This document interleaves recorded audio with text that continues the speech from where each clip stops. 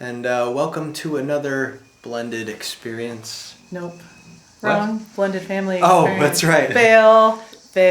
Okay, so fail. hello, welcome to another the blended family experience. I got it right this time. It's okay, it's fine.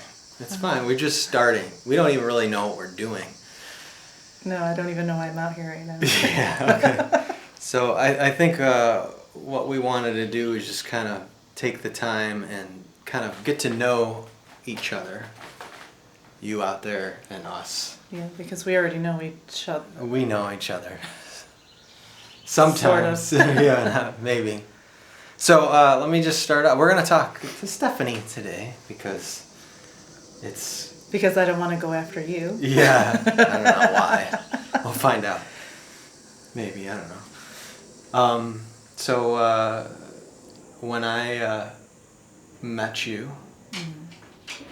and the dog scratching at the window, we met on OkCupid. Yeah, online dating. Cat's Cool. out of the bag. Yeah. So when I came across Stephanie, her handle, her ID was called Navy Brat. So it intrigued me. And so why don't you just, I don't know, tell me a little bit about that? Because I think that's part of your story. The Navy Brat handle? Yeah. Okay. Yeah. Why I chose that nickname? Yeah. So nobody could find me. That's probably a good thing, too. No, I was a Navy brat growing up. My father was in the Navy. And I guess for the first 5 years of my life, really, I think. Maybe 7 years. I think 5. I'm not sure. It wasn't a big chunk of my life, but my father was in the Navy in the early years of my life and then went on to become a contract laborer for nuclear power plants. So we spent a good chunk of my life moving around. As a kid, I lived in a good 7 different states up through high school. Last state we moved to was Illinois, and I've been here ever since my sophomore year in high school. Is this your favorite state? Of the ones Of I've the lived ones in? No. No, I don't think so. It's the longest that I've lived in. So I mean, I guess in that regard, it would be my favorite for memories. Yeah. But I don't know. I was probably too young to really establish a favorite Sure. those other years. So. Well, the one before, it was Ohio, right? Yeah. And I always say everyone does their time in Ohio, or is living in Ohio. Yeah, we lived in Ohio, New Jersey, New York, Michigan, Nebraska. I was born in Virginia. So, bounced all over the place. Nowhere really cool, though. It wasn't like we were in California or out west anywhere. Nebraska was as far as we got, so that just goes to show you nothing against anyone from Nebraska, but, you know. Yeah, it's kind of flat. We drove through there last year, and Our road trip. on the way to Colorado, it's pretty flat. 2-week road trip with 4 kids in the car. Yeah, we'll talk about that one Yeah. later. So what was it like in your growing up in that environment, you know, because you're traveling around a lot and you're moving from place to place, so you don't really have a chance to set down roots, you know. What was that like for you? I've always kind of joked that I have a little bit of an attachment disorder, and I think it kind of plays into who I am as an adult now in the fact that I don't have a difficult time transitioning, healthy or not healthy, transitioning, walking away from problems sometimes, or being able to put up healthy boundaries on the other hand. So I think it's a blessing and a curse at the same time. Oh, and there's that's the other dog. the other dog. He's probably gonna bark at us. So what was your what were your parents like? Because I mean, we're talking about families and stuff like that, and I feel like we learn a lot from the first relationship that we know, Right. which is our... My parents, well, my dad was a hard worker. He worked a lot. There were times when he would move ahead of the rest of the family to start a job, and then we'd kind of catch up with him after the school year ended. But he's still a hard worker. He still works very hard. And my mom was a stay-at-home mom for, I feel like most of it. My mom can correct me. She'll probably watch this if I'm wrong, but I feel like she was at home a lot. And then as we got older, she started to take on like part-time jobs, doing things like working at a floral shop, and I don't know what else she could she could tell you, but they were. It was a pretty typical family. They were together all of my childhood, but then they did end up getting a divorce, I think when I was 20 or 21. So it was I'd say it was a strained marriage. I can't get into their details here, and Sure. but it was strained, and now they're apart. My mom lives in another state, and my dad's a little bit closer, but it was different, I guess. I mean, I don't know how else to explain it. It's just we moved around a lot. Dad worked a lot. Mom was home. She was really good about being supportive, at getting us involved in things and getting us where we needed to be. So she was really good about that. Hi, good. Mom. So I grew up. tell me a little bit about your siblings. You know, Oh, yes. I am the oldest of 3. Perpetually dubbed the responsible one, I think. But I have a brother who's 3 years younger than myself, and then my sister's 8.5 years younger than I am. And my brother's not with us anymore. He passed away when he was 21. He died from suicide. So. Yeah, and that's a big part of your story, yeah. And I think, you know, maybe we're not going to talk about that right now. Maybe right. At some point, but I think that's an important part. Mm-hmm.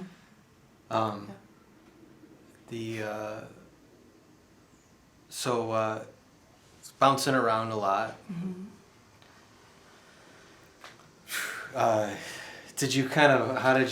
How did you deal with going into new places and stuff like that? You know, like how do you?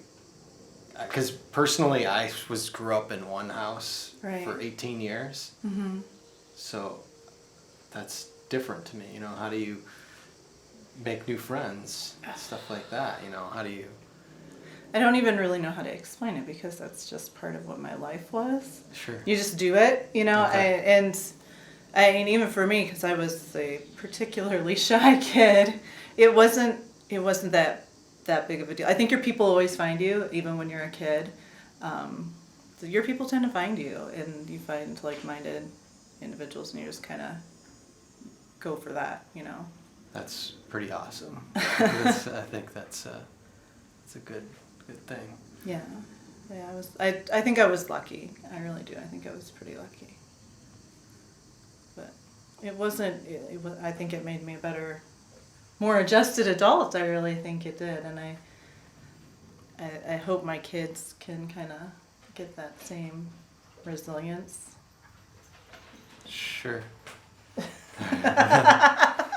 Sorry, distraction. The kids are wrangling the dogs, which we really appreciate. They're kind of looking at us right now. They're Eavesdropping. We'll introduce them at some point.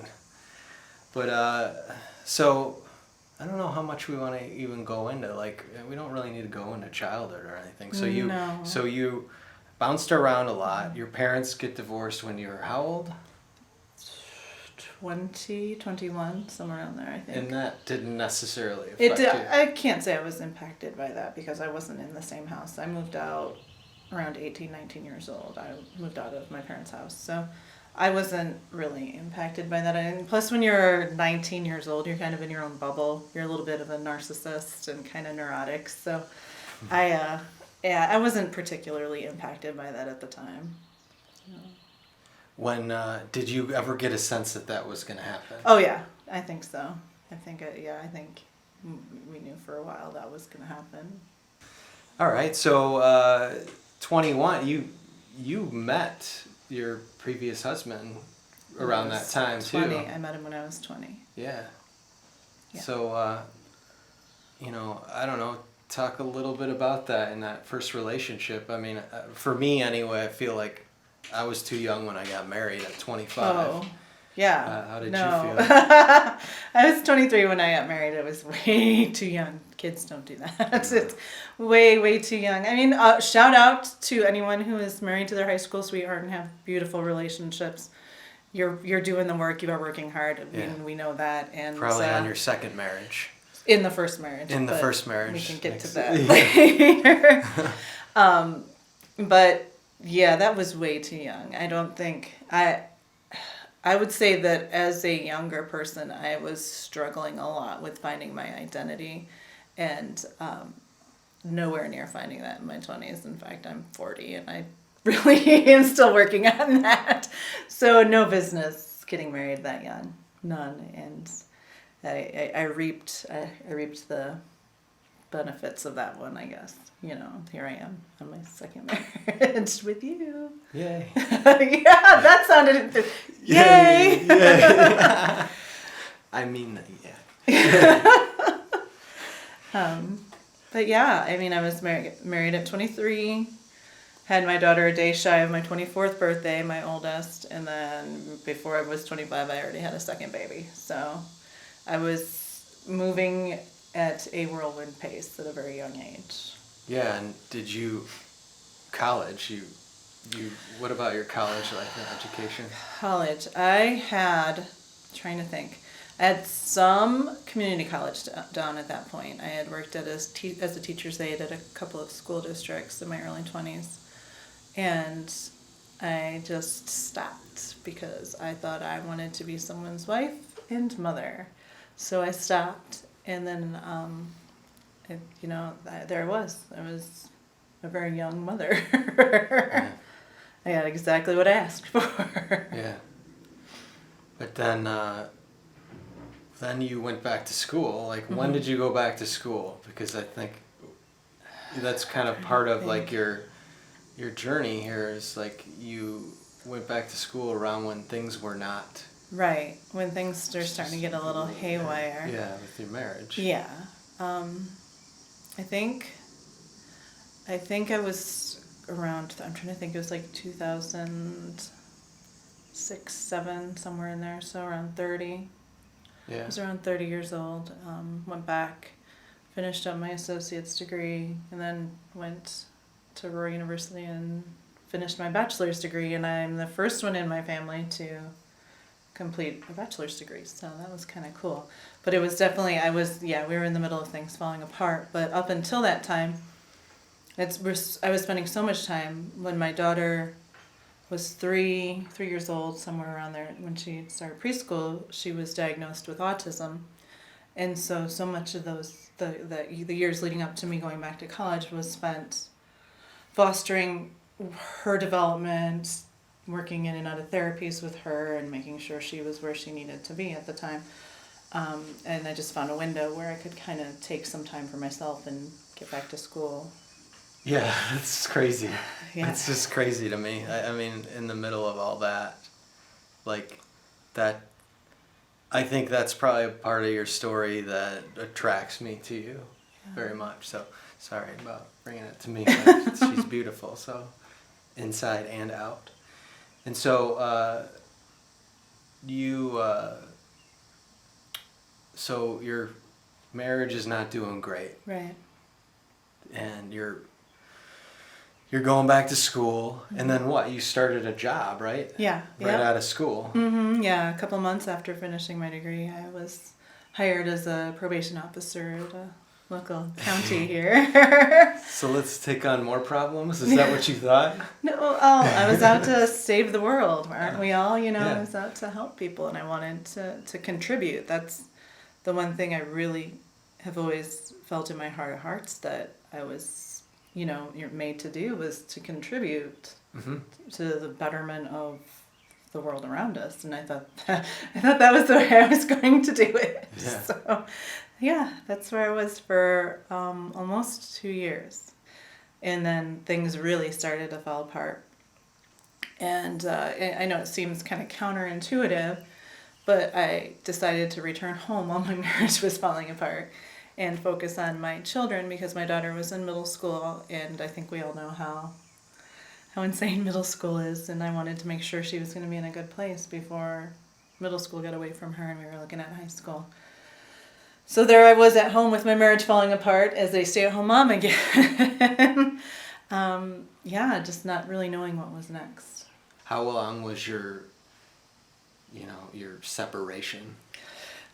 Because it was long. It was really, really long. It was over 5 years long. We were separated. Their dad was out of the house for a good chunk of that time, and it sounds insane. And I think I felt a lot of pressure at the time from maybe other people, but it was what worked for our family at the time, and it's the way things had to work out at the time. So it was a little unorthodox, I think, than what people are kind of used to. But I get the sense, though, given the way the economy kind of was in the early 2000s, that maybe a lot of people kind of had to do things a little more differently back then, even though it's only 2016. Yeah. But yeah. So the early 2010s. Oh yeah, because of the housing boom, crisis, all that sort of stuff. Mm-hmm. Yeah, that was an issue. Mm-hmm.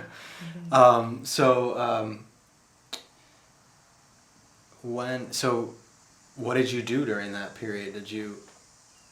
Are you talking about dating? Did you date? Are you going out there? Yeah. Yes, I dated. I absolutely did date. I dated. I mean, I had fun, and that's the truth of it. That's what I did. I mean, I think some of it was coming from a broken place at the time because I was in this turmoil of broken marriage and trying to raise kids on my own and not really knowing what I was supposed to do as far as finding another job and supporting myself and the kids and all those other things. And so I filled that space with dating. I mean, I really did. And I don't regret it. I think it was good for me, honestly. I'm not going to lie. Yeah. I'm not going to go out there and say that was the worst thing I ever did. I think that I needed to work out some growing pains, and that's where I did it. So I dated. I was on dating sites. But you also got to experience some things that you had wanted to that you didn't really get a chance to in your marriage in terms of like travel. Right, but that wasn't dating. That I took care of on my own. Okay, that sure. was with friends. That I did with friends. I went on a trip to Mexico because I had friends getting married, mm-hmm. and was invited along with a big group of friends. And I hadn't had a lot of adult experiences. So I took a trip down to Nashville with the same group of friends and had my very own hotel room by myself for my first time in my whole adult life. So that was kind of cool, and yet pathetic at the same time, maybe. No, not at all. But yeah, I mean, I had a lot of things to work through, I think, and there was a little chaos in there. Yeah. There was a little chaos, but fortunately enough for me, I came out of that chaos unscathed, I'd like to think. Just a few maybe emotional battle wounds, but... So, we met online, mm-hmm. and so I remember texting you on OkCupid, and then we started a conversation. I think that night I texted you and we started texting. I don't know, did we start talking that night on the phone? I like to move fast. Probably. I think maybe, yeah. Yeah, I think we did. I think I had Googled you enough by that point because I'm a queen Googler that it only takes me a matter of minutes to decide whether or not you're going to be Mr. Creepster or not. Did you know you knew everything about me before we even talked? Probably. She's good at this sort of stuff. Probably, and I just had to act surprised or act like I was hearing everything for the first time when you would tell me your story. Oh boy. No, that's not true for all of it. No, I just knew a couple of things. I just knew you were who you said you were. That's the main thing. I knew you were who you said you were, because that's really the most important thing. Yeah, and you found out before that is not always the case. Yes, I did have someone who said they were their father. That was fun, but that didn't last long. That's crazy. That was just communication-wise, that didn't last long because I am the queen of Google. So, that's good. So all right, so then we met, and the day that we actually met, mm-hmm. you found something out. Oh, yeah, that was after we met, though. It was like, I remember getting a phone call.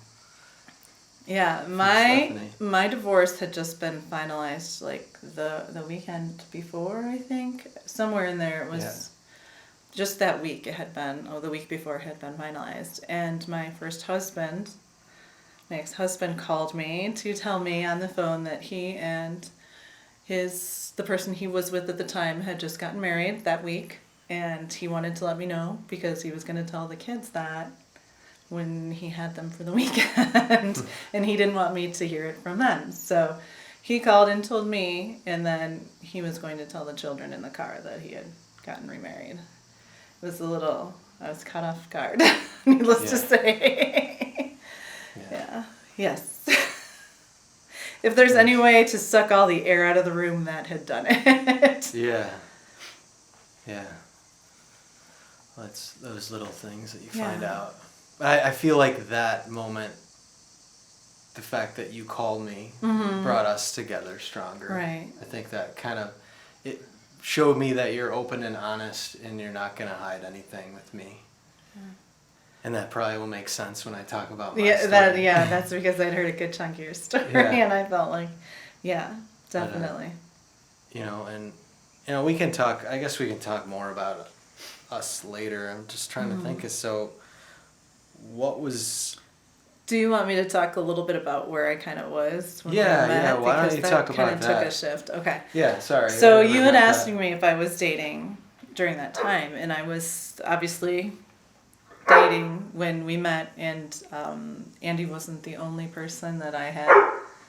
We weren't exclusive or anything yet. It was that if anyone's familiar with online dating, you kind of... Hold on one second. Shh! Pogo. You kind of get a feel for my dog barking.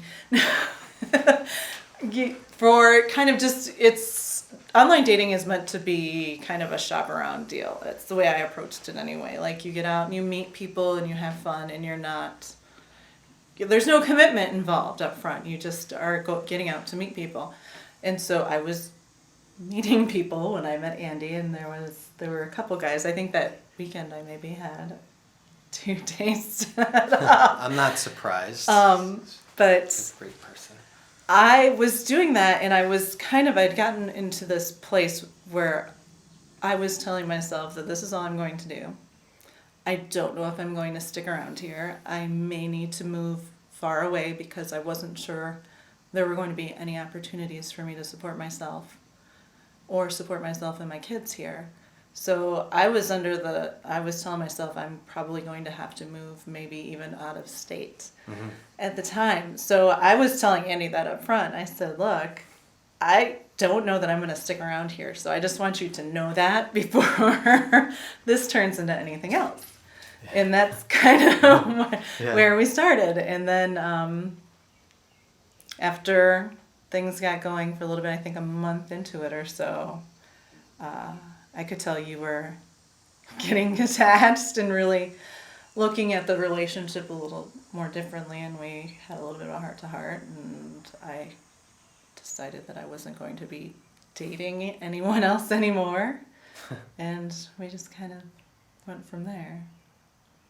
Okay. So, is there anything, about your story up until we met that... I think there's a whole lot. Right. But that you wanted to just kind of talk about today. I mean, I think, I think one of the things that we talk about is, like, where were you at, like, in your own, like, journey, like, in your internal journey. Right. That place. Like, because I think that's... I think probably when I talk about doing all those other things, like the dating and the going on the trips and things, kind of talking about those things is I'd finally start to feel good about myself, and not like, it wasn't as much of a self-esteem thing as it was that I was starting to feel like a whole person. I was starting to feel like maybe it is a self-esteem thing. I was capable. I didn't have to depend on that was the biggest thing. I didn't have to depend on anybody else. Like, if I wanted something in life, I was perfectly capable of doing that. And and that was, I think, probably the trickiest thing coming into a relationship is having that newfound independence.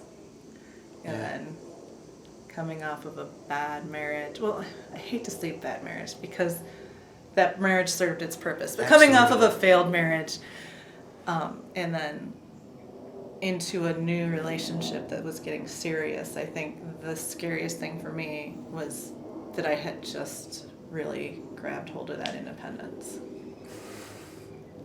And then I come in to just blow it all out of the water. Yeah. But I think, honestly, that's that independence and that your energy and your aura and everything that I saw when I met you in the Jewel parking lot. Parking lot. Yeah, that's where we had to meet somewhere safe, right? Because yes, she doesn't we met know in a if public place. Yeah. But everything that I saw when you pulled up, I was like, wow. Just wow.